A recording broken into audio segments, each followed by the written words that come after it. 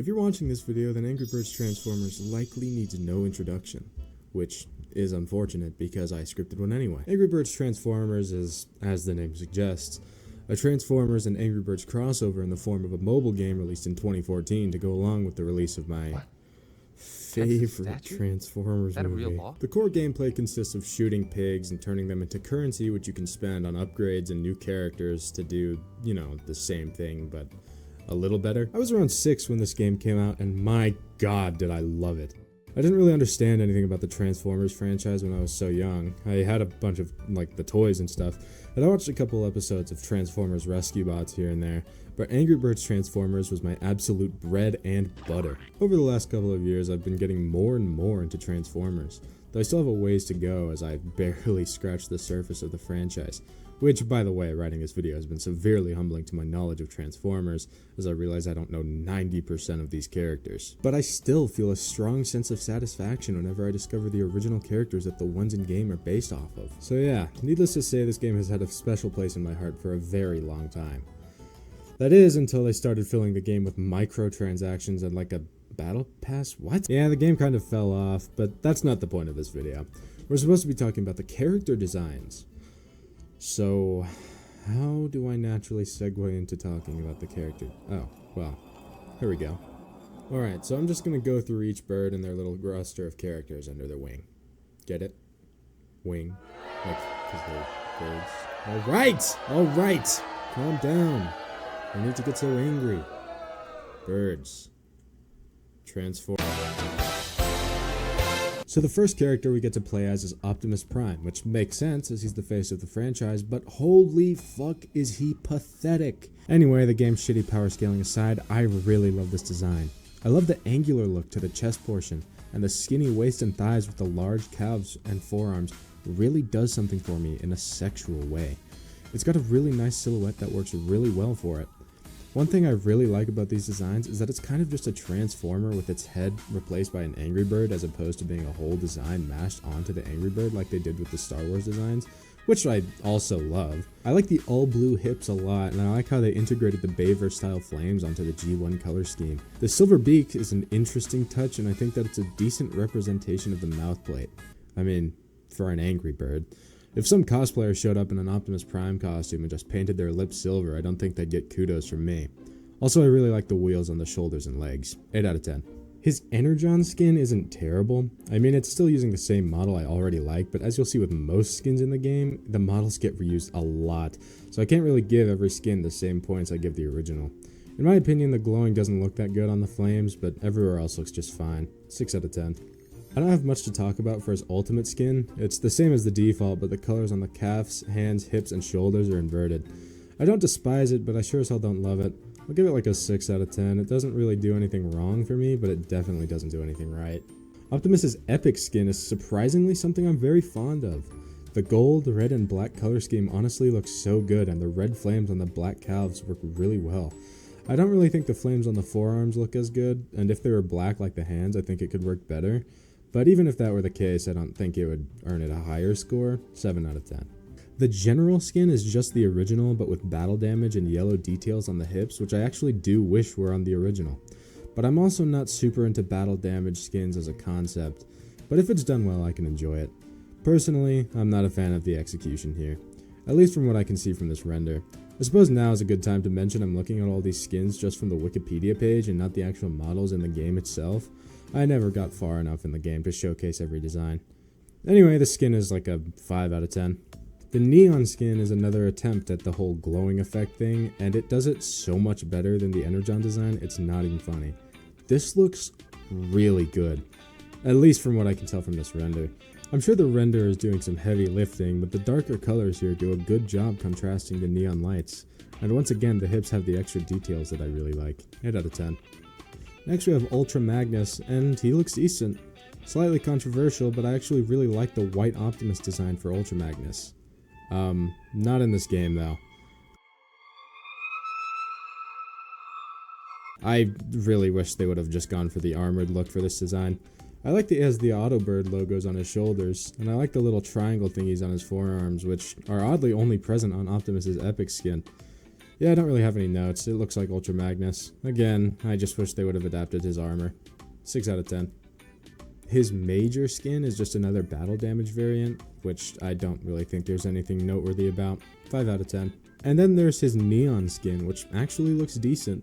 I'm getting some superior Iron Man vibes here, and I kind of dig it.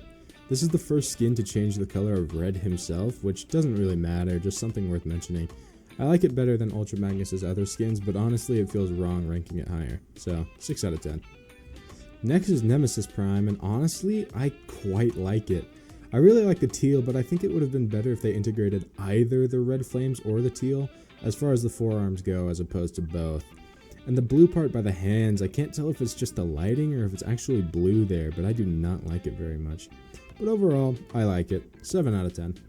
The Captain variant for Nemesis Prime is not really noteworthy at all, it's just another battle damage variant. But oddly enough, this variant is listed under the Deceptihogs category, whereas the original Nemesis is listed as an Autobot. Yeah, I don't know, I'm running out of things to say about these reskins. 5 out of 10. Next up is Blur, who's finally brought us a new non-Optimus character model. I don't really have any major takeaways here. I mean, it's clearly Blur, there really isn't much else to mention. He looks good, but I don't have any notes. 7 out of 10. And last for red section is Optimus Maximus, a combiner composed of Optimus Prime, Rodimus, Sunstreaker, Mirage, Prowl, and Ironhide. Again, there's not much to say here. It's a combiner, and it looks like one. 7 out of 10. One thing I think would be funny is if the heads of the combined characters were attached to the limbs of the combiner, as they are in their own vehicle modes. I mean, if you're gonna consistently reuse assets, have some balls and do something funny. And with that, we have completed red section. From this point on, I'm not going to be giving ratings for the Energon or Neon skins, as well as any battle damage variants, because I don't think they're different enough. With every new character comes a new batch of assets to be reused for 15 fucking variant skins, and Bumblebee here is no exception. But given that this is the first usage of this model, I can look at it through a more positive lens. I really like the chest being the entire front of the car mode, which maybe is a weird thing to praise, but I like it. Other than that, I don't have too much to say, but I think it would have been cool to maybe make Chuck's face silver.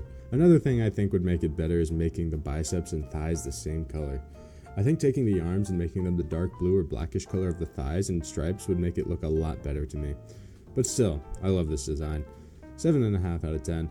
There's also a Neon and Energon version of this design that, as expected, does not change much.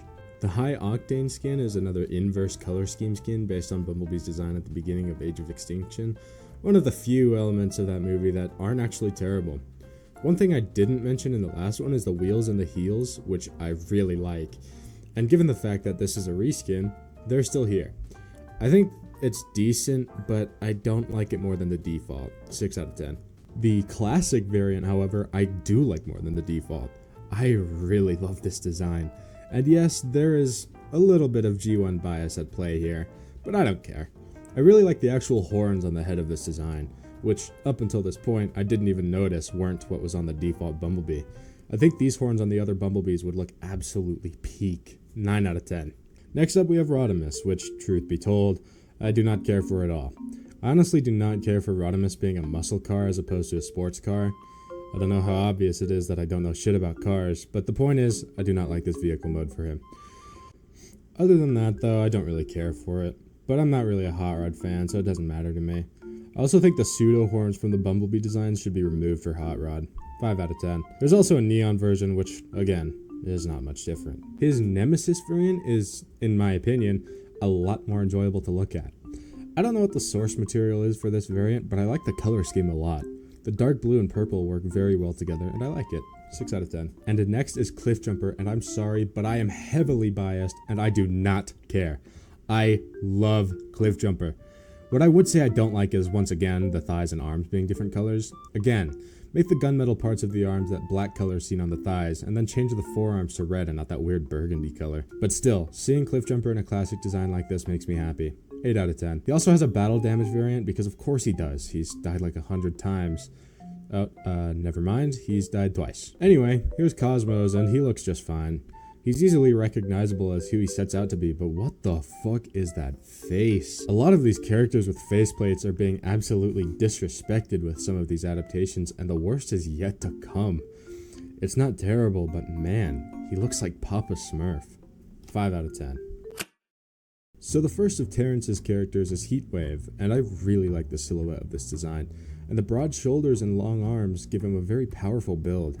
On another note, I never realized how accurate this is to the Rescue Bots cartoon. I never noticed that the yellow stripe on the fire hat design was actually present in his original counterpart. I always just assumed it was there to differentiate Heatwave from Sentinel Prime, who, for the most part, is the same, but with a black as a secondary color to contrast the red and no yellow on the head. Other than that, there are some minor differences, like the blue on the windshield being darker and Terrence himself looking a little more ruffled. Overall, I'd give them both a 7 out of 10. The only thing I'd change is I'd maybe give Heatwave more yellow highlights and try to integrate his visor somehow. Naturally, with this game being what it is, we have a few more reskins of this model to go over, but I actually don't find these reskins that bad. In fact, Ratchet, which is the one with the most unchanged model of these next few, is my favorite of all of Terrence's characters. I love this. I legitimately cannot put my finger on what I love so much about this design, but it just works so well for me. The white and the red look so good, and the design of the head really complements the rest of the body a lot better than it does with Heatwave and Sentinel, in my opinion at least. I'd give this an 8 out of 10. Hound is another one I also like, and he's got even more differences from the original model. The abdominal vent and windshield are different, but overall it's still the same basic build. I'd also like to note that on all of these Terrence designs, the wheels are on the calves and forearms, and I am just such a sucker for when the wheels are integrated into the design. And that's one thing that no design so far has been really bad at. But yeah, Hound gets a 7 out of 10. Ironhide, however, I am not really a fan of. I don't know what it is, but he just looks silly. There's nothing blatantly wrong, but I just don't like it. I'll give it a 5 out of 10. It's not bad, but it's really strange. These three also each have battle damaged and neon variants. Again, they don't change much, but are worth mentioning. Alright, now we've got Bubble's set of characters to discuss. Starting with Jazz, I quite like this design. I like that they've actually integrated his visor in a way that works well. I will say though that I'm not big on the purple on the torso, and I think it would look a little better without it. I remember earlier mentioning how I like when they integrate wheels into the design, but honestly, this just isn't my favorite execution. They just look like little propellers on his shoulders that make him look like he would transform into some sort of drone.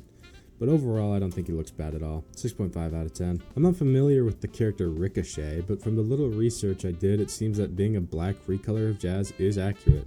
So I mean, it's fine, I suppose. 6 out of 10. Next is Blaster, which I think looks decent. He's using the same body as Soundwave, and I really like it. I love how chunky and bulky it is. I like it. But yeah, he doesn't look bad. I'd give it like a 6.5 out of 10. Next is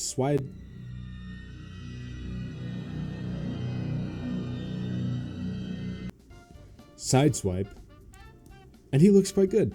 Again, he has the wheels on the shoulders that I'm not a big fan of, but I do like them better here. And I like the sharper, more jagged edges above the shoulders. The shape of the body works really well, and I think the physique looks really good for him. Red Alert and Sunstreak are the same reused models, minus some changes in the shoulders and obviously the color, but they're not bad. Again, I'm a sucker for red and white, so I'm really drawn to Red Alert. Also, something strange about all of Bubble's designs is that for some reason he always has a visor, which admittedly does look cool, but I'm not sure if that's because they were just too lazy to remove it, or if it's genuinely because they liked it more. Who knows? Anyway, I'll give Red Alert's design a 7 out of 10, Sideswipe a 6.5, and Sunstreaker a 6. The last of Bubbles' characters is Mirage, who I think is one of the better designs of his. I like the blue a lot, and the white accents look really nice, but man, that visor is really throwing me off. I suppose maybe it's because he looks silly with his eyes as close as they need to be to look like Bubbles, but still. I think the goofiness of a Transformers Angry Birds collab should be fully embraced. Get absolutely freaky with those birds. Except with Cosmos, that needs to be dealt with. As for the alternative skins, Sunstreaker has a neon variant, Red Alert has battle damage, and Sideswipe and Mirage each have both battle damage and neon variants. And with Bubbles section complete, we can move on to our next section, How, which I'm actually really happy about because he has like 3 characters, so this won't be long. I absolutely adore this Grimlock design. I'm not ashamed to admit that part of it is biased because Hal is my favorite Angry Bird, but I just absolutely love it. He's quite frankly just adorable. I love his little arms and big feet. I'm not sure if the amount of green is there to be more in line with RID 2015 Grimlock, or if it's just because Hal himself is green, so they decided to work it into the design more. Also, he turns into a motorcycle for some reason. Yeah, this one is kind of strange, but I kind of love it for that. 8 out of 10. He has 3 variant skins, Grey Slam, Energon, and Goldbite. I actually like Goldbite Grimlock even more than this one, but I'm still not going to give it a rating. Here's Volcanicus. I have no familiarity with this character at all. All I know is it's a combiner made from the Dinobots, which sounds pretty fucking sick. Similar to the way I felt with Optimus Maximus, I don't really feel like I have any notes. It looks like a cool combiner. I'll give it a 7 out of 10, same as before. And then last, and probably least to be quite honest, is Trypticon. I have no knowledge of this character, but this color scheme just looks bizarre. In some of the pictures I've seen of Trypticon while investigating who he actually is, it seems like that is the color scheme for the character, and where I think they differ is the blacks. In my opinion, if the Angry Birds counterpart was actually black and not this dark silver color, then I'd like it a bit more. That's not to say I love it, but I would find it a little bit better. I don't think it's ugly per se, but I'm not a fan.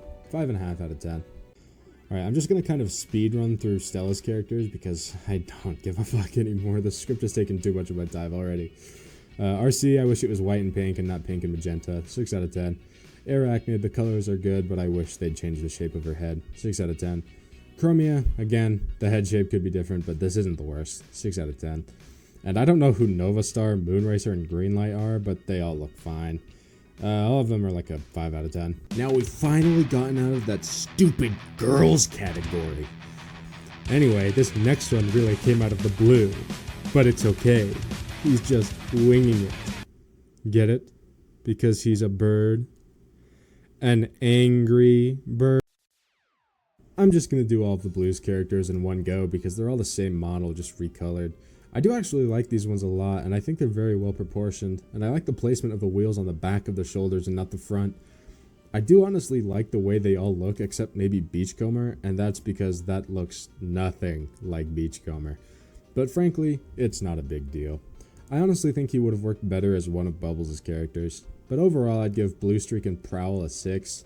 I think they'd both benefit from an Autobird logo on the center of their chests, and then Smokescreen I'd give a 7 because I love this color scheme. Beachcomber I'm going to give like a 4.5 out of 10 because it truly just is not Beachcomber, and I believe that makes Beachcomber the first one to go below mid. I'd like to reiterate that I don't think this is inherently bad, it's just a bad adaptation of Beachcomber. And once again, there's also a neon skin for Bluestreak and both a neon and a battle damage skin for Prowl. Silver has 2 different characters in her category, one being Windblade and the other being Alita 1. I think both of these designs do a really good job at adapting the characters, and they're both easily recognizable as a Windblade and Alita 1. I mean, Windblade and Alita. I'm going to give Alita a 7 out of 10 and Windblade a 7.5 because the colors just look so good. And to be quite honest, this is one of the rare scenarios where the Energon version of a character actually improves it. Alright, the first of Bomb's characters is Drift, who I have no attachment to whatsoever because the only thing I know him from are the 2 most forgettable Transformers movies. His design is cool, I guess. I have nothing to say about it. Cool samurai vibes, and that's Drift's whole shtick, so at least they got that right. There's a damaged variant as well that I don't care for. I don't know, 6.5 out of 10. I'm a much bigger fan of the Wheeljack design simply because I like the color scheme of white, red, and green. I always imagined Wheeljack's alt mode to be that one dude from Cars. But again, they did this really weird thing with the faceplate again, where they just move it to their chin like we saw with Cosmos. And this is not the only time we see some really strange faceplate fuckery with a character from Bomb. Warpath was supposed to be after the one following Wheeljack, but I'm gonna bring him in next just to prove my point because what the fuck is this? Also, Wheeljack gets a 7 out of 10. Seeing it like this makes me glad that they didn't attempt a proper faceplate for some of the other characters because what the hell is this? Maybe it's not even the faceplate itself that's badly executed, but rather the entire model. It's using the same basic model that Megatron and all his reskins use, which is supposed to look like a dumbass. Cross-eyed and all, because that's what King Pig is. Why are we making Bomb as Warpath look like a moron? Are tanks just always stupid as shit? Because I thought they were stupid because they were King Pig characters. Anyway, this bothers me a lot. This is like a 4 out of 10. Very bizarre execution for this character. Next is Grapple, who I'm not familiar with at all, but he's reusing the Heatwave body, which again, I really like the silhouette of.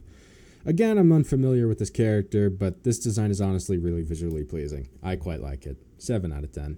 Okay, now, I may get hate for this, but I do not know anything about Omega Supreme.